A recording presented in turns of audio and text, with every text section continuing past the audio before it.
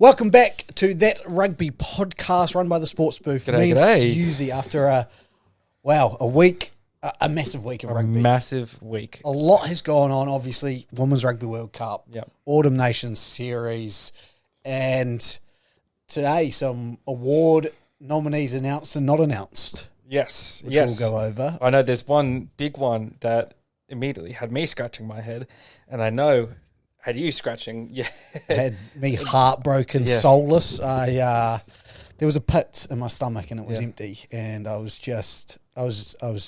dismayed at work. I was deeply, deeply hurt. From what we've seen on Instagram, the player in question would be more than happy to fill any holes that you might have, Luke. Oh, fucking hell. I'm going to move on real quick from that one, but I like that from you, Husey. Let's start with the biggest game in rugby from the weekend, the Yes. Women's Rugby World Cup Final. What a game. What a game. Fantastic game. I'm going to put it up there. I'm a New Zealander, Black Ferns fan.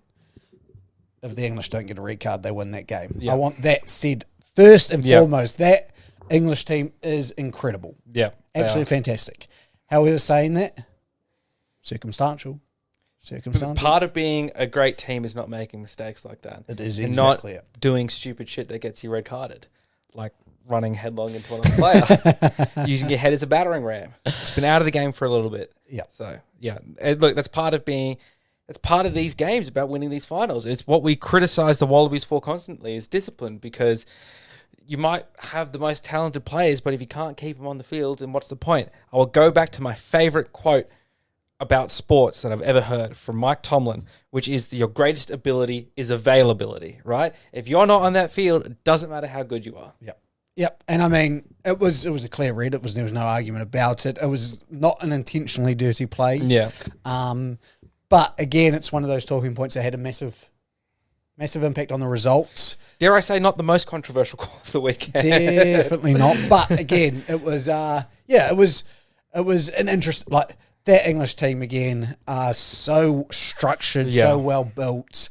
The best example of that, I didn't get to see much of the full game. I watched in full the first 20 minutes before I had to leave. I watched some of the highlights later, but in full in the first 20 minutes, one of the biggest things that I saw was the English maul off the line out, and the one they got right after the Black Ferns got their first try. Yep. Right, so they're down. I was about to say down a man. They're down a woman. They're down a player, and they still just bullied their way through New Zealand over the line, like 20 meters. 20 right? odd meters, It just superbly structured in how they got to the line, and everyone knew where they were supposed to be. It was fantastic. It was incredible rugby to watch. Yeah. And yeah, you can see why this team has won 30 games in a row, and you can see why this team is ahead of everyone else at the moment. They've got a really good kicking game and a great forward pack, and they don't make many mistakes. So obviously the red card was the biggest of the mistakes, whereas it was very much... It was a game where it was flair against structure, I felt. Yeah. Like it was really like that. The New Zealand, the Black Ferns, their outside backs and 13, Stacey Fuller, against, that English juggernaut that is that forward pack. Now, fantastic game, fantastic advertisement for women's rugby again. Like every single time they've been asked to deliver, they have delivered and delivered just end over end. It's been fantastic, and this tournament has been fantastic, and this game's going to move professional for many good reasons. Now, I say, and I put in our run sheet, be careful what you wish for. Now, it was funny enough, I actually read an article today which Steve Hansen was heavily involved in, former All Blacks coach, where he said he actually muted the commentary of the All Blacks in Scotland and was he was disappointed purely because of the commentary, and he just said there's so much pressure and expectations. It's like first 10, 15 minutes the All Blacks were fantastic. All of a sudden Scotland come back and they're like, oh, this is the worst All Blacks team we've seen in a while, rah, rah, rah. So he said those level of expectations is what you just don't see in the women's game, where they seem to go out with a lot, less fear that they're going to do something wrong because they haven't got those level of expectations. Now, I make a pretty big argument that the reason the men go out there with those level of expectations is because they're paid pretty good money to go out there with those level of expectations. So I just wanted it to be highlighted. Be careful what you wish for, woman, because at points, at the moment, you're in probably as much as you deserve to be paid. Don't get me wrong. This is not what I'm saying. But with pay and with payments becomes expectations. Now, our captain and player of the game, Rue Demont, the first 5, 77th minute of a Rugby World Cup final. New Zealand won a penalty. Yeah. Down a man, 34-31 up. All right? About 30 metres out from their own line. Any men's tournament, you kick that out, you waste time down. She takes a quick tap. Now, this is very much Blackfern style. I get it. Takes a quick tap. We end up giving a penalty away on the other side of halfway, which ends up leading to 2 more penalties, and they're down on our 5-metre line. Yeah. If we go on to lose that game, that's a critical moment where in the men's sport, you get shredded to pieces. Roasted. You imagine Richie Mo'unga has a C next to his name and he decides to do that for the All Blacks. He would be torn apart. Unfortunately, I think he'd get some pretty abusive messages on Instagram, which is you never expect. But with with payment and with the level of expectations, just be careful what you wish for. Because I get it. I get they need to be paid. I'm not trying to argue that. But then everything starts to go under more of a microscope. Our sponsors, we're paying you to succeed. So you're paid to win World Cups. You're paid to do this. And if you aren't making the right decisions 100% of the time, it's bad. And we see it with Australian rugby at the moment with what they've going through for the past 10 years.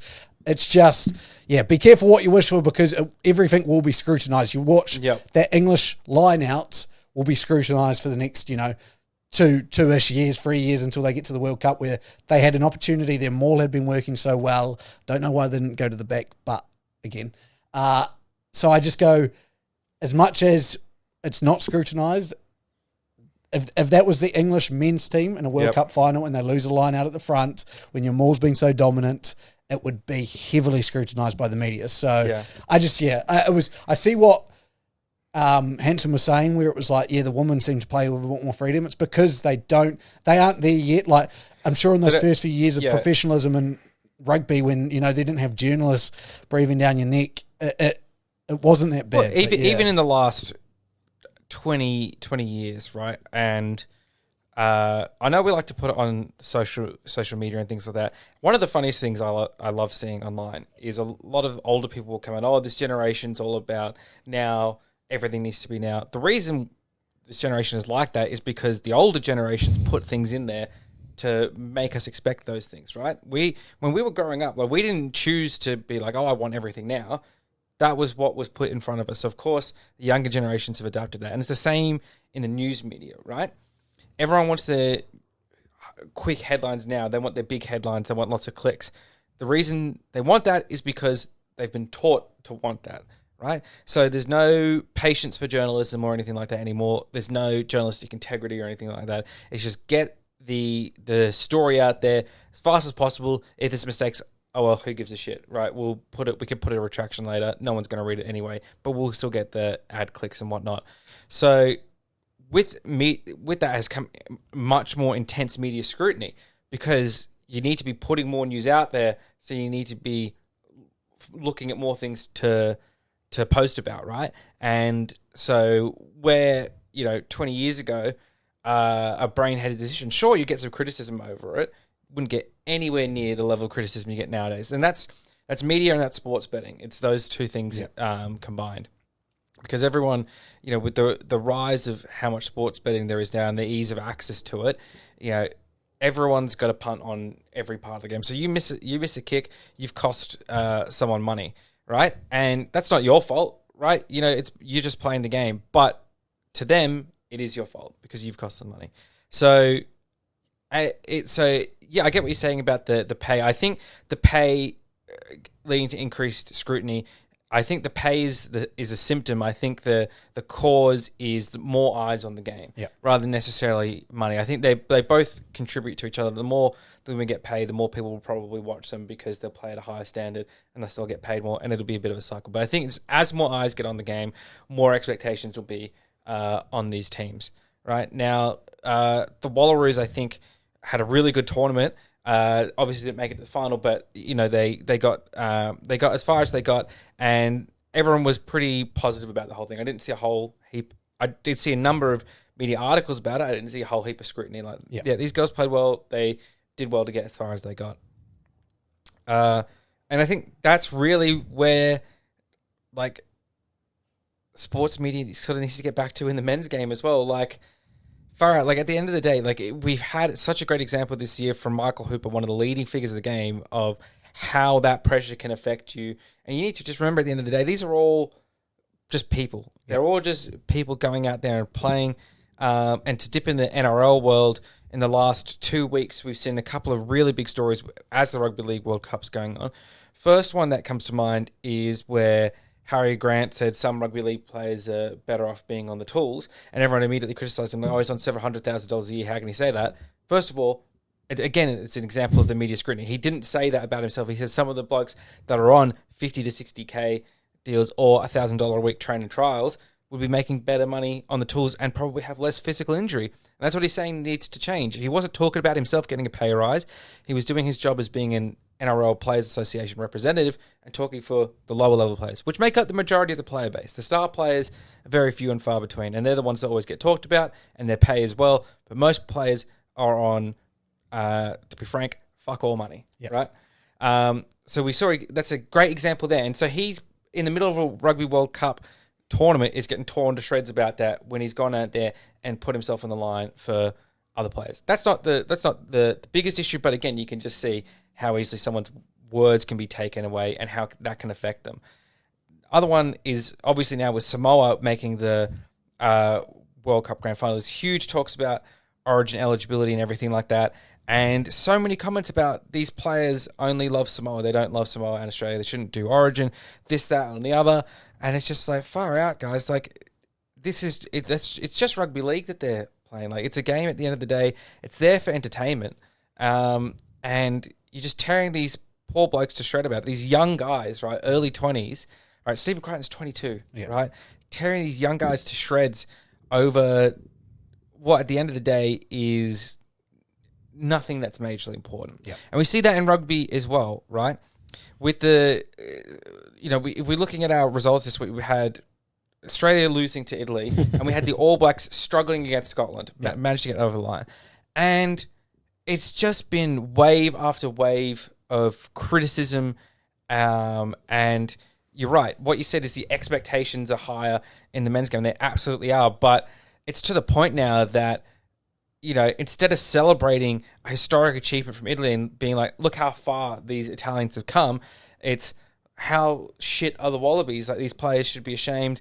Why are they playing? So on and so forth. And it's like, it's negativity sells more than positivity now. And that's a really disappointing part of the game. And it makes it hard to enjoy rugby because all you're hearing from even the analysts, like the former players, are getting stuck into each other because they know that they need to keep ratings up, and that's the way they keep ratings up. And it makes the analysis hard to listen to. So let's just all be a bit nicer, guys. Yeah, I mean, well, with that, let's talk about this weekend's Autumn Nation series, and let's get your opinion on the Italy result. I actually said last week, we had a little prediction of the scores last week, and I was very conservative with my scoreline. I said it's going to be probably a pretty close game. And you said, well, I think the Australians will blow the Italians out of the water. I said, I don't know. The Italians, after their last game, they're not a bad team. Turns out I was right. I mean, it's not that surprising to me when you look at the sort of raft of changes and fresh faces the Wallabies had in there. It's really not that surprising, right? One of the Italians, fantastic try from their fullback, whose name I can't pronounce. Cappuccino, yeah. Just he put a great dummy on Mark Nwanga Nitawase.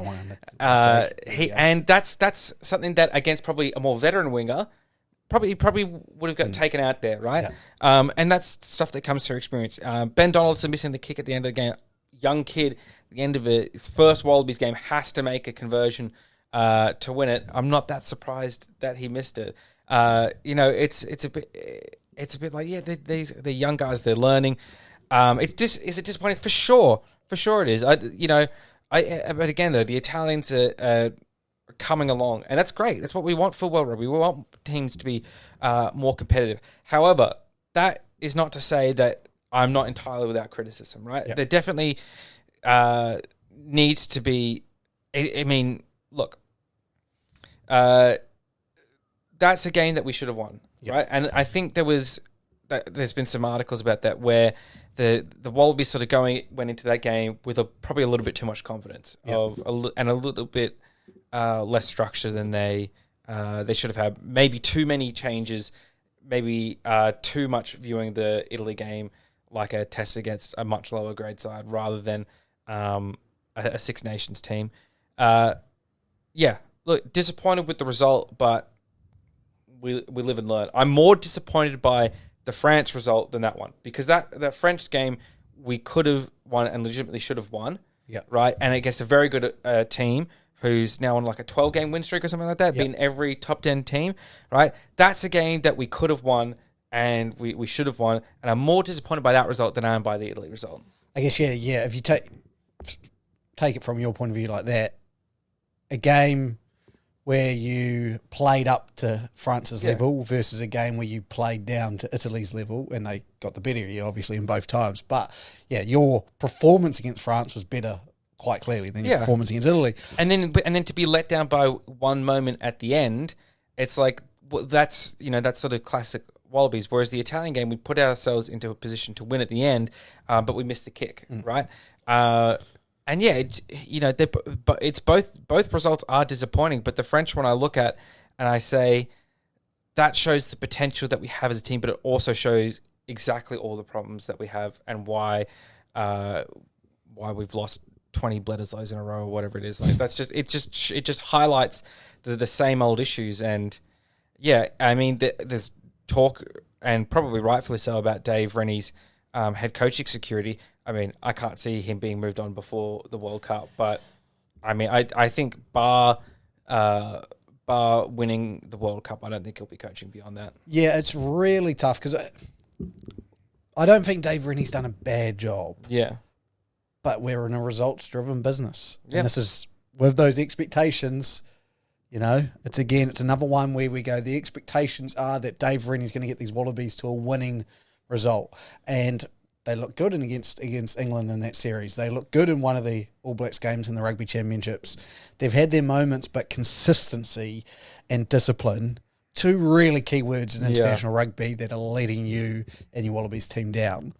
Now, you did predict 4-1. They're now obviously 1-2. So your prediction for the Wallabies tour has gone right out the door. Mine's still alive. So 3-2. That's fine.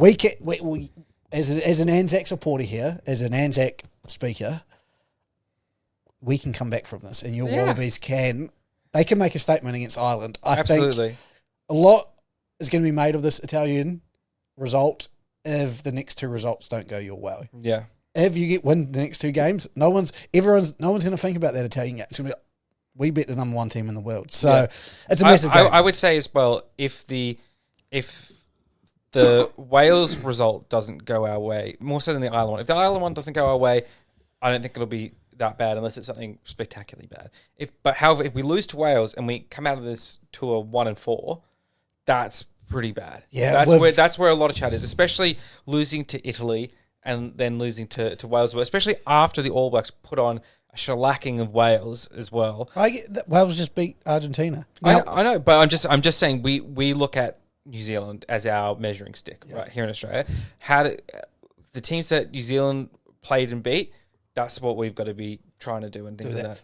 I guess 100% again. Like if you lose to Wales and you go 1-4, and your one win wasn't convincing against Scotland, it's like this is two end of year tours, Autumn Nation series in a row that Rennie's had, and you haven't really performed. And that's very concerning going into a World Cup, but we are going to be playing these Northern Hemisphere teams and in Europe as well. Yeah, 100%. I just think Rugby Australia is too conservative to make a big move like that before a World Cup. And I don't think it's necessarily the right move, because the only way I see it working is if they move Rennie on and they promote someone internally, which is the Brumbies coach, Dan McKellar. Dan McKellar. That's the only way I can see it working because they've got to be in there. To bring someone else in now just doesn't make any sense. Yeah. Like, that's a whole new platform, a whole new thing. If they were like, hey, McKellar's in there, he's got the trust with those Brumbies players, we'll put him in, we'll push him up.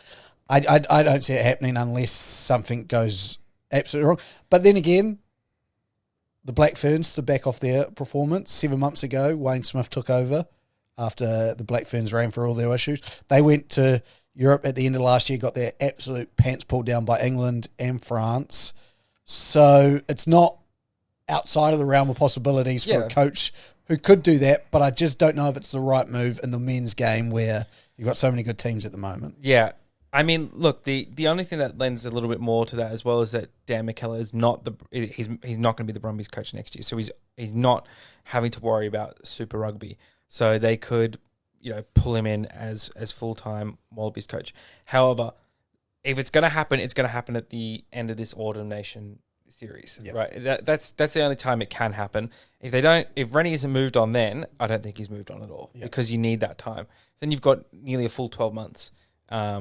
For whoever your new person is. But and again, even that's going to be an excuse. They say you don't have a good World Cup performance. Oh, we only gave him 12 months. So then you get stuck in this world where you go, do we give Dan another? See, I just think it makes more sense to go, hey, we're not happy with your performance, Rennie. Let's say he loses these 2 games. We're not happy with your performance.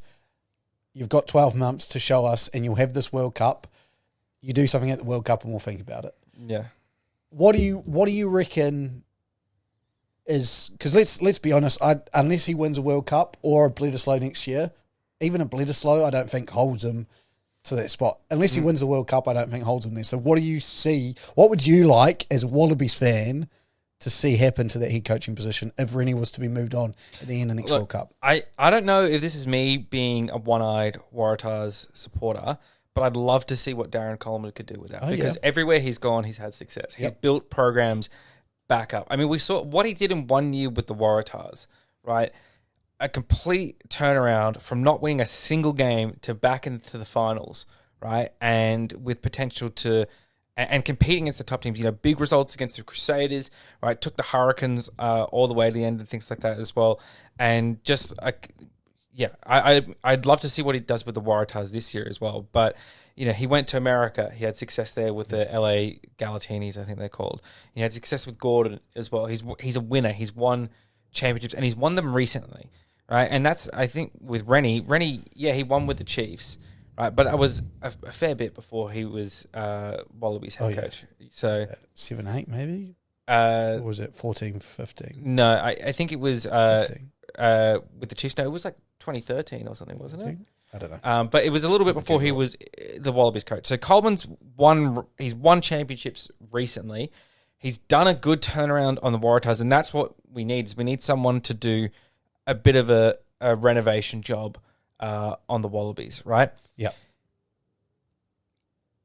If it's not Coleman, look, I'm not across the head coaching ranks of the world. Yep. But I wouldn't mind seeing someone from the Northern Hemisphere brought down rather than fishing in the New Zealand pond again. Interesting. Well, there was rumours that maybe Eddie Jones would come back. Yeah, I think that'd be perfect, right? Because look, it'd be a good sort of apology to him for the way he's been treated in the past by Rugby Australia. In a new regime coming in saying, hey, we're not going to repeat the mistakes of our predecessors. Yep. Here we go. He's had success. He got to a World Cup final. He's beaten the Wallabies. He's made this England team a fearsome opponent. Yeah. Right? I'd love to see him or someone else from Northern Hemisphere or with Northern Hemisphere experience to bring that different style here. Like, I look at Rennie and I don't really know what he's done differently than what Michael Checker has done. Yeah. And Checker as well was hamstrung by a toxic Rugby Australia regime that has since been kicked out, right? And I've got a lot of sympathy for Michael Checker. Again, maybe Waratah's bias, but he was certainly getting blamed for everything at the end. You look what he's doing with Argentina, and I know they lost on the weekend to Wales, but he's recorded a win against New Zealand and a win against England and England. Like, Those aren't small feats, Yeah. you know, like, and that's what I'm just saying. That's something Dave Rennie hasn't done. Dave Rennie hasn't done. And what will be interesting to go back to the Eddie Jones point is he's one of those coaches, you know, a Michael Checker, you could go Hansen type thing, just those minds of the game that know how to win games as well and win big moments. But yeah, I mean, it's all interesting. I think Australia rugby's not in a terrible place, and I like you tagged me in that article about potential a private equity deal, and to get some money. And it's not a bad idea if they can bring in some money. And I like there's a lot of I think positive thinking happening in the back of Rugby Australia's mind. They know the British and Irish Lions Tour 2025, the World Cup 2027, the World Cup 2029, from 2024 to 2024 to 2030.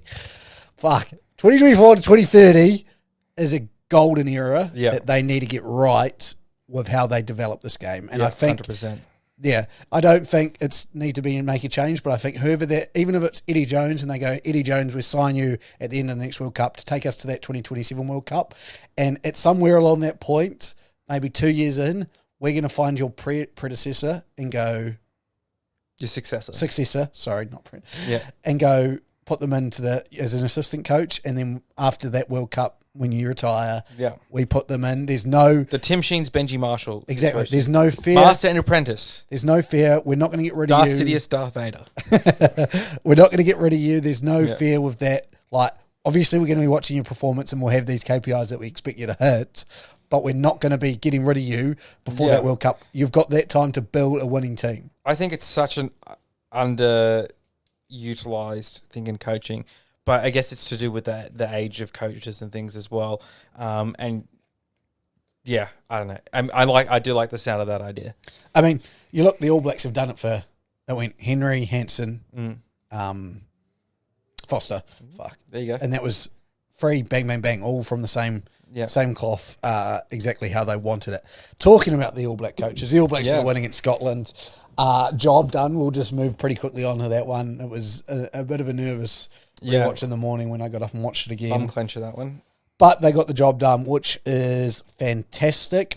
France beat South Africa in one of the games, not the game of the year, I just want to say. Yeah, we say that, right? But far out, to have a game potentially decided by a communications issue between the on-field refs and the video refs, that fuck Jeff Tuvey, there's got to be an investigation of this. Like, that's horrific. And this is the one time I will be on the same level of complaining as South Africans. Like, that is egregious. That makes you believe the South African conspiracy theories that World Rugby is against them and that all refereeing is against them. Like, that it's enough to do that. That's the worst thing that could have happened to World Rugby, because now every Springbok fan is going to be like, the refs are against us. Just look at this game against France. Mysterious communication issue. Every refereeing decision that goes against them in the future, they're going to point to this and say, look at how World Rugby has treated us. That, beyond just looking at it from a Springbok perspective, looking at it as a fan of the game, that's really bad. Yeah. That's really, really bad. That's some elementary shit that should be sorted out. And if you have a comms issue, just fucking wait. Yeah. Just, you need to get the game right at the end of the day. That's the whole point of having the video ref there. You've already stopped because you want to check the try, because you're uncertain of it, right? And you think that there might be something wrong with it. So if you already have that level of doubt, in my mind, you don't award the try. If you've already got that doubt, Yeah, I get that. But simply on-field pause decision, still, there's times, and I get what you're saying. I don't want to disagree because I'm not disagreeing with you. But in the end, a decision has to be made. And when he first made that decision, was a try. Yeah. That again, we asked for quicker movements. I'm not blaming Wayne Barnes. I'm also not blaming what you're saying here. Like, I'm not disagreeing, because I think it's a fucking joke that how does that happen? Yeah. I don't think it's the on-field ref's fault. It's the people who were talking to him, telling him you need to just make the decision and move on. Yeah. It's that whole procedure, right? I mean, for fuck's sake, just stick a poster in the window of the video ref's bunker that comes out and where it says no try or no try. Yep. You know, or do like what the NRL does. You know, where they have the KFC bucket. The hand goes towards the piece of chicken, all right, and you wait for it, and it comes up. He either gets his hand stuffed away, he picks up the chicken. Try or no try. Yeah. Right. The video refs can still do that. They can still put stuff. There could have on been the a board. message surely been sent down somehow. Yeah. Yeah. We've all got mobile phones this day and age. Well, right? I don't know if they'll be allowed to have theirs on them. No, but someone on the sideline could have had them, right? Not the officials, right? Yeah. But you could have an official outside the video ref's bunker or a security guard there, right? And a security guard on the side of the field. Like, you can't tell me there was no one within 10 meters of the video referee that didn't have a mobile phone, that couldn't communicate with someone on the field, where you have a phone call. Right, we've got mobile phones. Surely they had a walkie-talkie already. Yeah, surely they've got stuff like that. Exactly, you know? Right. There would have been a way to communicate, and for me, it's a really bad look for the game. It's the main thing. But yeah, what it does, and what happened in this conversation, is it's taken away from discussion around the game itself and the players and the effort that they put in for a fantastic game, because this is the talking point now. Yeah, see, it is the talking point, but I get it, I do get it, but I think there's too heavily a decision or like a emphasis being made on that decision where it's like you still had a chance to win the game. Like there was other moments in that game. Obviously, Peter Steph Dutois getting recarded in the 17th minute, which again his first ever card as an international player, and it's the ruck and the red card. It's becoming a relationship and you know. Cupid put it together or something, because players just are not learning that when you go into a ruck, if you lead with your shoulder, but it is that issue, like we said in previous podcasts. Yeah, what are you supposed to do? The body height is so low. It's all like there's going to be contact with a shoulder and a head at some point. It's just the level of force, how you go in there, everything like that. It's a messy one that eventually we'll get it sort of sorted up. But like you said, the best ability is availability. Your players need to know not to be doing that. And then DuPont getting a red card, and it was just such a seesaw battle. And I said it in the recap video that I put out, that South Africans are going to be so mad, and they always are, as they are when they lose a game. Oh, the ref did this, the ref did that. And we're going to talk on Rassie Erasmus just after this. But two really, really good performances by the South Africans against Ireland, number one team in the world, where if they had a goal kicker, that was their biggest issue, is no goal kicker. And then this one with everything going against them, a red card, technology against them. Yeah.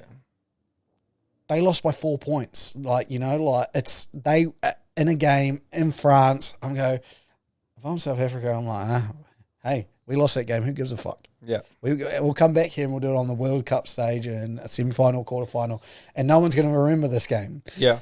One person who might remember this game is Rassie Erasmus, because Jesus Christ, he's going down the line of another suspension. Have you seen his Twitter? If not, no, I've seen stories about his Twitter. I would be checking out his Twitter. I went down the rabbit hole of it, and it is. I love. Rugby doesn't have enough characters, and by characters I mean just people who are entertaining.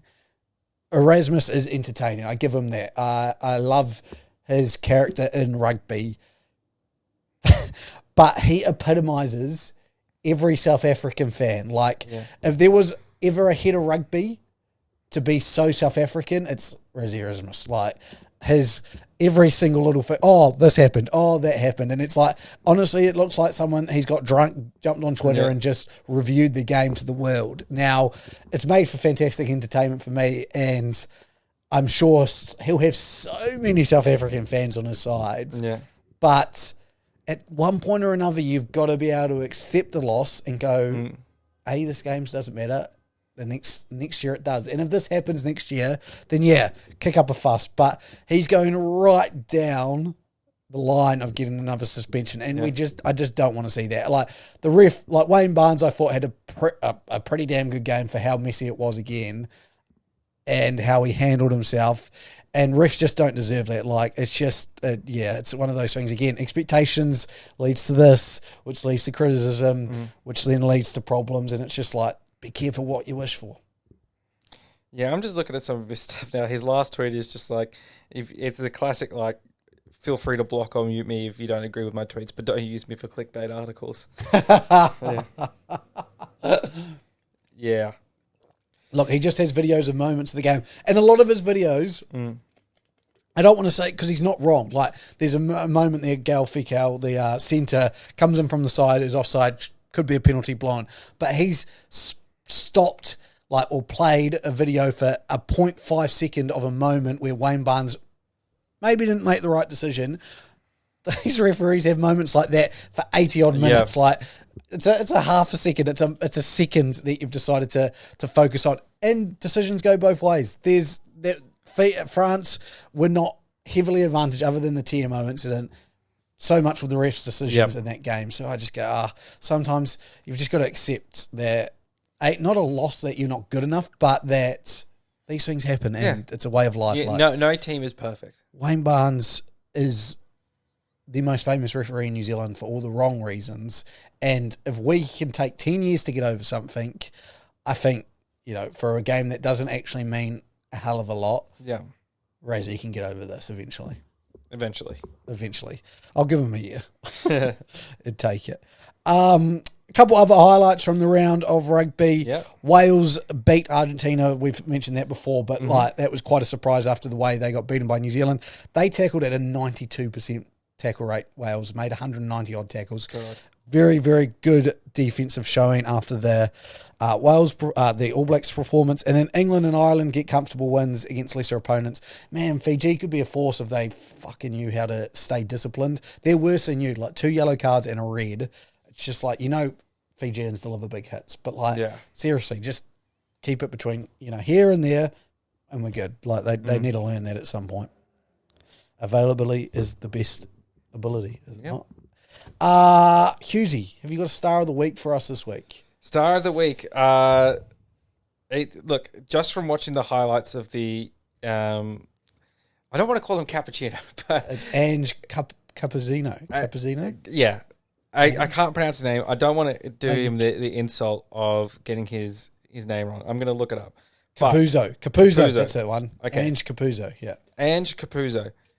Or probably Capuozzo or something like that.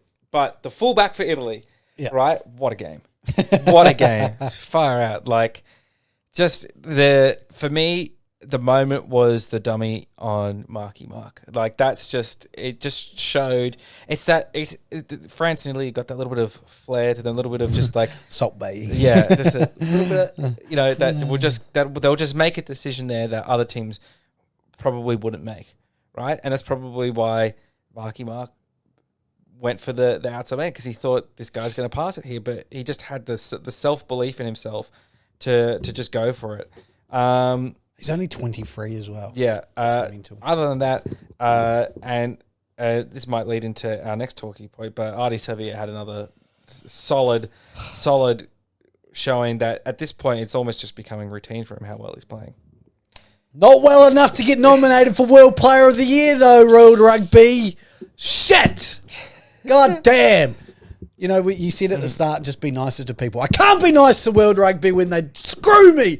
You know what I feel like? I feel like this is, I don't know if you ever watched WWE, but this feels like the Montreal screw job. It's the Oriental Rongotai screw job for Artie Savia. It's ridiculous, all right? Okay, 4 players were nominated. Josh Van der Flyer, Johnny Sexton from Ireland, Lacano Arm from South Africa, and Dupont from France. Now, it's really hard because those 4 players, I don't want to say they don't deserve it, because the 2 Irishmen, did something that hasn't ever happened before, go to Irish, and they've been fantastic. Dupont didn't play in the mid-year series because they played Japan and they didn't care, the French. And, hasn't been fantastic at the end of this year. So what are you picking him on? Yep. Based off the Six Nations, which they won. Definitely understand it. And then his club form, which you could argue that doesn't matter as much. Yeah. then Lakana Arm. Now, I don't want to go down the wrong road with him because he was probably going to... His injury, I'm going to say it, just about cost, I think, South Africa the Rugby Championship because he was that fantastic. And I don't want to take away from him, but he got injured halfway through it. Yeah. So he's missed it. So he's not playing any more games now. So as much... And best ability is availability. Best ability is availability. As much as I want Arm to win it, like I really do. Yeah. Like he to me is probably the best player in the world at rugby at the moment. But saying that, to not have Ardie Savea nominated, I just don't know. I don't understand it. I really don't. I go, South Africa haven't won anything this year. Well, I know they beat Wales in their series, but they haven't won anything. So how are you giving the DuPont won a Six Nations? I can understand, but the Irish beat New Zealand, and in one of those games, a very costly mistake was made by New Zealand. And that was by bringing Ardie Savea off when there was a yellow card and he wasn't able to come back on. And we lost that game. So I just sit here and I go, everything's pointing me to just nominate him. It's just ridiculous. And my vent's over. Yeah, very nice. I knew you needed to get that out, so... Today, I woke up today and I just saw everyone being like in disbelief. Like the whole rugby... Like, even if you just said, okay, this year we're going to make it 5 people.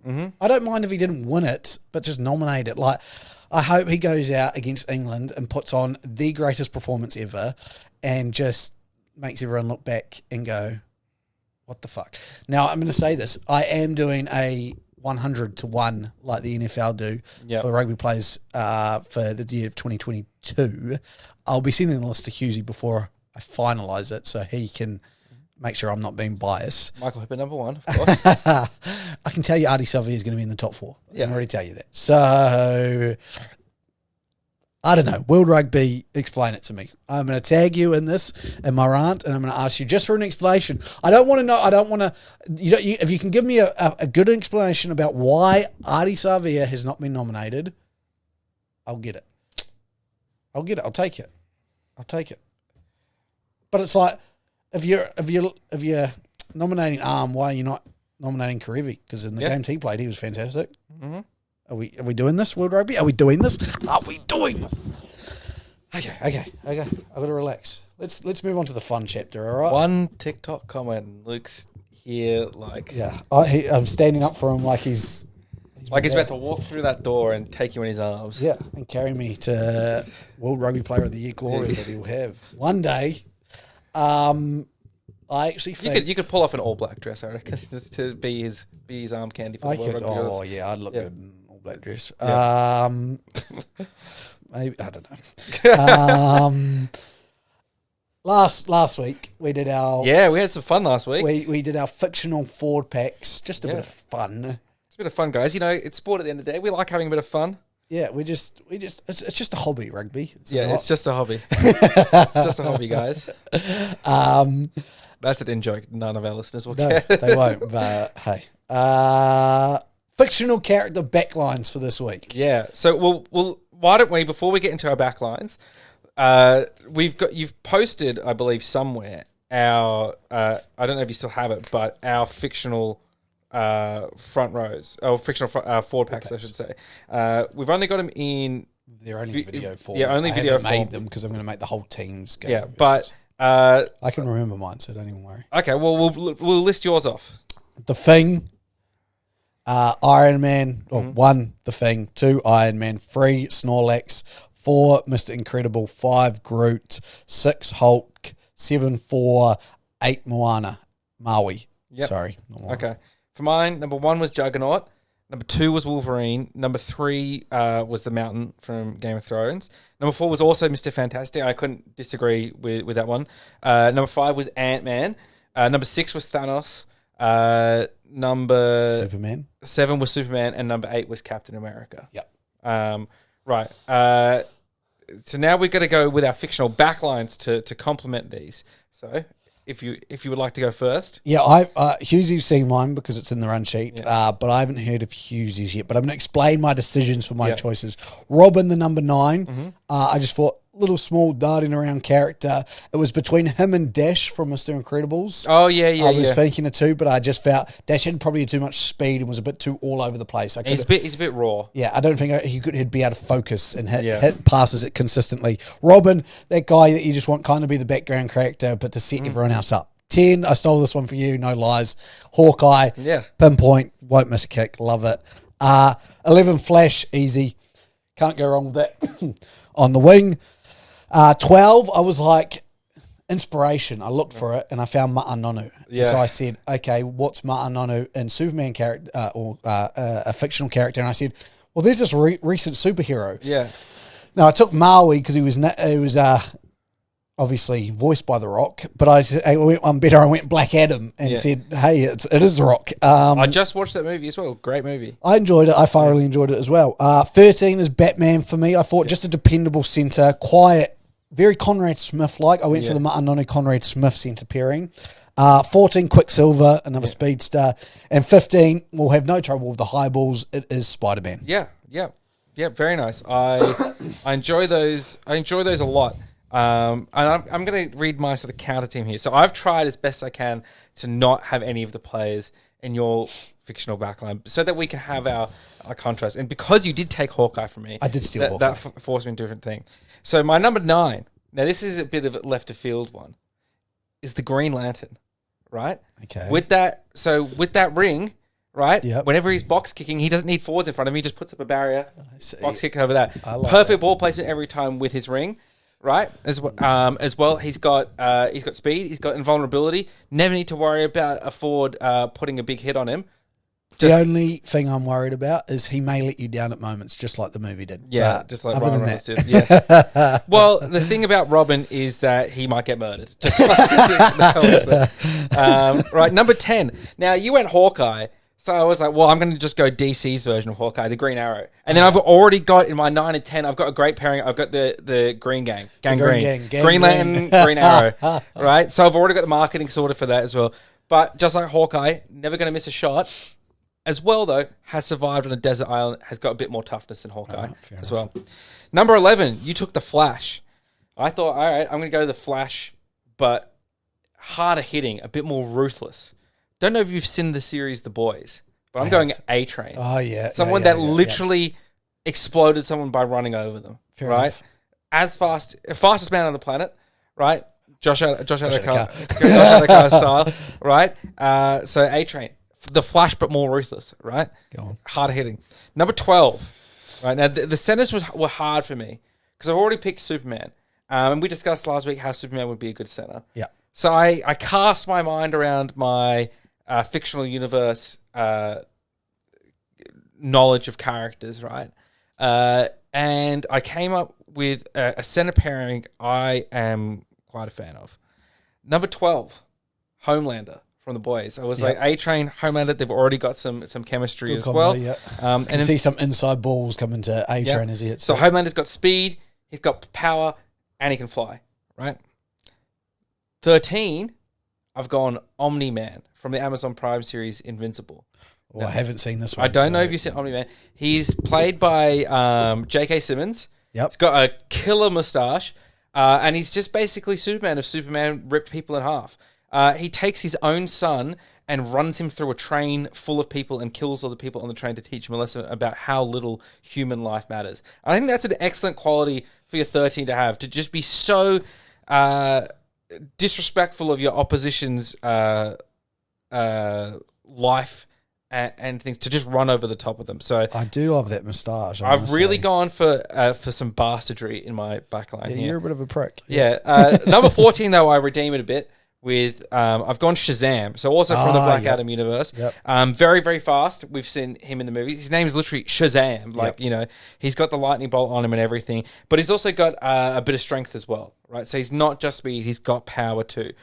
Because, you know, we look at some of the best wingers in the world at the moment. Marika Korobetti, he's got speed, but he's also got that power. Right? Yep. Caleb Clark, fearsome winger. He's got some power on him as well, right? And then 15, the man I sort of want directing everything behind the scenes.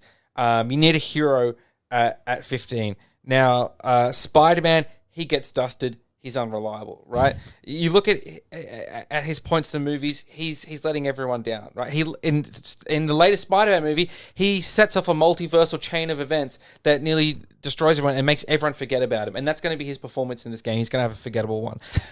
I have gone with the main character, with the man who none of the Marvel universe would be there without. I've gone Iron Man. Right? Yep. Computer targeting systems, never going to drop a ball. He's got literal nanobots to mold his body and hands to the shape of the ball as well. Right? He is a leader. He's a proven leader. He can rally the troops. He will make the sacrifice for his team. We saw it in Endgame, and that's what you need from a fullback as well. Someone that will put their body on their line for the team. So you've got at 15 Iron Man, and at 8 Captain America, who have a whole movie about fighting each other. But then they come together at the end. They literally come together. They come back. There's always that tension. There's that tension there. Who is the big dog? Who's your captain? Who's got Superman, Captain America, and Iron Man? Who's the captain of the team? Yeah. Iron Man. Even Captain America knows Iron Man is the captain of the team. Superman's going to sit there and accept that, you reckon? Superman doesn't need to be the leader of the team. Superman's not even the leader of the Justice League. It's Batman. But you don't have Batman in your team. Exactly. So maybe Superman wants to stand up.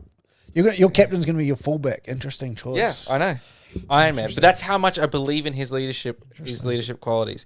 Iron Man as well, right? You look at Superman, you look at Captain America, they're nice guys, right? Where do nice guys finish? Last, right? Who's the most successful Test captain in All Blacks history? Sir Richie McCaw, right? Yeah. What is he? A bit of a cunt. No, he's the nicest guy in the world. He's not. What makes him such a great captain? What made Cameron Smith in the NRL such a great captain? Got that little bit of an edge to them, right? A little bit of they'll push the line, right, to do what they think they need to do to win the game.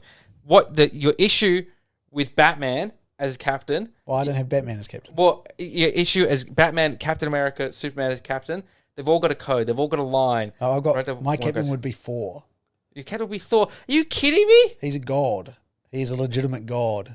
Okay, ability does not equal leadership. I'm not bothered by that. Well, he will lead us to victory. That's why you will lose, because it's like we said last time. It is not about having a team of champions. It's about having a champion team. I just want it said. Who kicked Thor's ass? Wait a minute. Now, I've even gone even further. You've got Iron Man and Captain America. You've also got Iron Man and Thanos. Yeah, I know. That's a terrible combo. No, it's not. The inner fighting of your team, I can already see it. No, because they're unified by the team. Do you know why? They're unified by being on this team. Do you know why they're unified? You've got 2 dead players in your team, basically. Availability is the best ability, Hughesy. Yeah, availability is the best ability. Well, if we're going by who's alive and who's dead, by the time that this game's come around, Black Adam's still frozen in his tomb. All right, Spider-Man's been dusted. All right, Robin. Which Robin are you talking about? They all die so quickly. All right. Like, we've got it. We're looking at this. The way I've got this in my head is we're looking at this at a point in time when all these different players are alive. Now, my team is rallying behind a central idea, right? my team has come together with a purpose. What is that purpose? Hughesy's promised that he'll take him out for ice cream if they win. Yeah, the Wallabies aren't fighting for that purpose. You know why? You know why? Because Michael Hooper's not captain, and also Iron Man's not captain. That's why. If they were captains, they'd be winning games. If Michael Hooper was captain of the Wallabies, if Michael Hooper was captain of the Wallabies, would not have lost to Italy. If Michael Hooper was captain of the Wallabies, you'd think he would have won a Bledisloe by now if he was that good. I'm just saying you're comparing. He's been let down. He's been hamstrung by his let down by teammates. The same way Iron Man was let down by Spider-Man in Spider-Man Homecoming. Oh, I see. Yeah, it's all right, mate. Don't worry. I'm actually talking about the Tobey Maguire Spider-Man, so. Sorry? I'm talking about the Tobey Maguire Spider-Man. Tobey Maguire Spider-Man, who let his Aunt May die, and who caused the death of his Uncle Ben. I'm not. Wow. Ruthless. That's what we want at the back. It's not ruthless. It's careless. It's careless. You want careless? Thanos literally snapped half a world. But he wasn't careless about it. He knew what he was doing. He was psychotic. It's different from being careless. Oh, okay. I see. He's sociopathic. Yeah. It's way different from being careless. I can already see the inner fighting in your team. There won't be any. There's going to be the drama in your locker rooms. I'll be surprised if your team makes the field. That's all I'm saying. No, mate. They're easily making the field. You've got all of that, and then you chuck in a couple of the boys who we know they're loose cannons. We know they are. Look at South Africa. They won the World Cup. It's a team full of loose cannons. It's a team full of loose cannons. I would say that's a team that was a part of a nation separated by apartheid, and they won a World Cup. There's a whole movie about it. Have you seen Invictus? All right. Oh, Matt Damon. If you had selected Matt Damon, I would have backed I should have put Jason Bourne in the team. Yeah. Or Jason. He is in Thor, right? So maybe I should have selected Loki as played by Matt Damon. And then I would have been. It would have been all. Yeah. Just to finish off, we had a listener send in a fictional XC done by NFL with NFL players. And I just thought, because Husey is our NFL power rankings guru, I would run him through this, and then a couple of changes I just noted. But so at prop at number 1, Tristan Wirfs of the Tampa Bay Buccaneers, really good. Aaron Donald at 2, which is interesting. It's interesting I see him more as a back rower rather than a hooker. I reckon I can see why you put him at hooker. He's a back row converted hooker, I reckon. Yeah. I don't reckon it's a bad The only other one, because you sort of want your hooker, you want a little bit sort of shorter and nuggety. I'm feeling like a running back in there, like a bit of I'm feeling like a Jonathan Taylor in there. Jonathan Taylor's pretty tall. He's not. Keep going. Isn't he like 5'10"? I'm just saying, isn't like Aaron Donald's like 6 foot, isn't he? Is he? I feel like Aaron Donald's taller than Jonathan Taylor anyway. What's 1.85 metres? That's 6 foot, isn't it? And then Jonathan Taylor. Because I know Derrick Henry's like 6'2". Yeah. So I'm not putting Derrick Henry in it hooker. Oh, yeah. Okay, so 1.8 for Jonathan Taylor. Yeah. So.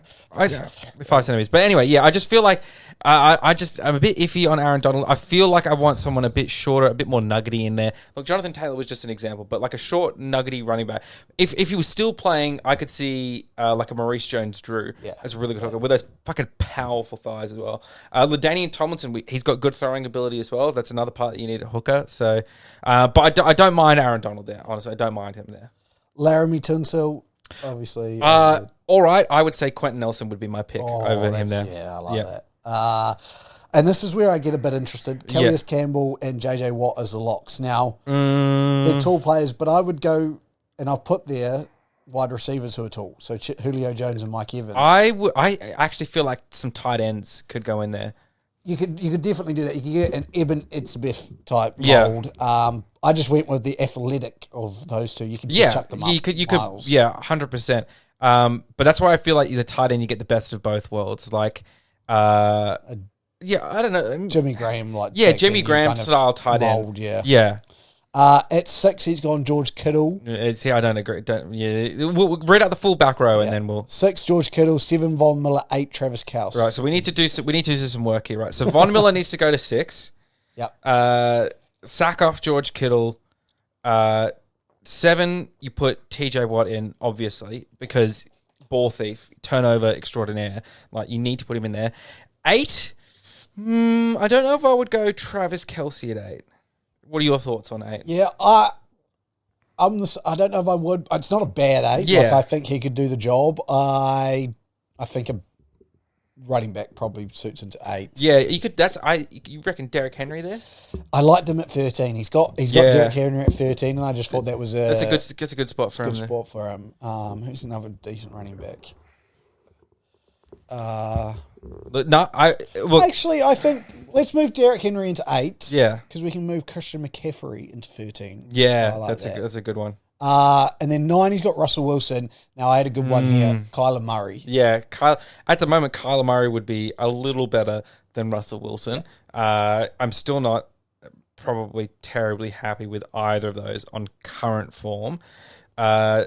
If he was still playing, I think Drew Brees. Drew Brees, just pinpoint passes every time. Like, the man literally was like hitting dartboards, bullseyes on dartboards. Yeah. 10, Lamar Jackson. Yeah, I like that one. I really like that one. 11, Tyreek Hill. I was like, the cheetah, easy. Yeah. Now, 12, he named Josh Allen, and I didn't like that. No. Now, the only reason is, I think it's not a bad selection, but I think this is where we go with a bigger centre. So I put Jonathan Taylor, who he had named at 14, into 12. Yep. and then I put Justin Jefferson onto the wing. Yeah, I like that. Because I think he's just an athlete. 13, we've moved Derrick Henry into 8, so I go Christian McCaffrey. I like that combo. And then 15, I really like this one, Derwin James. I do like Derwin James. Yeah, like a good safety in there. I mean, Steelers bias, I'd say Minka Fitzpatrick, but Derwin James I put in there. Minka Fitzpatrick's got his appendix removed anyway. He's unavailable with injury. So availability Derwin James is the best ability. Yeah. Excellent. So I thought that was pretty cool. Maybe we'll make up a couple of those of our own. Yeah. Like just do it as a graphic and put that out and see who makes the best rugby XV with NFL players. That's a cool idea. So watch out for that on our Instagram page. I think that's us done. I think that's the Rugby World. A big game for you lot and a big game for us this weekend. England, Ireland, up the Anzacs, of course, as always. Up the Anzacs. Can New Zealand go 2 from 2 back-to-back weeks against England? That would make my life. Can the Wallabies bounce back? Can we upset the rugby world? You know, we had the upset against us this week. Can we pass it on? Can we return serve against the Irish who beat the South Africans? I mean, look, we beat the South Africans as well. So look, we nearly beat the French, and the French beat the South Africans. So we've got every chance in there. All signs point towards that we can do it. All signs point towards a Wallabies victory. Is that what you're saying? No. I said all signs point towards that we can do it. But that's the way. But there's never been any question whether the Wallabies can do it or not. Is the thing. It's whether they will do it. Which is the bigger question. Really interesting will be the team selection for you guys. Yes. After so many changes, will they go back? It'll be really interesting. It'll be a good game. But we will be here again to talk all about it again next week. Yeah, I guess last thing to say, weekly reminder that the ghetto law should be scrapped. Right as it comes out.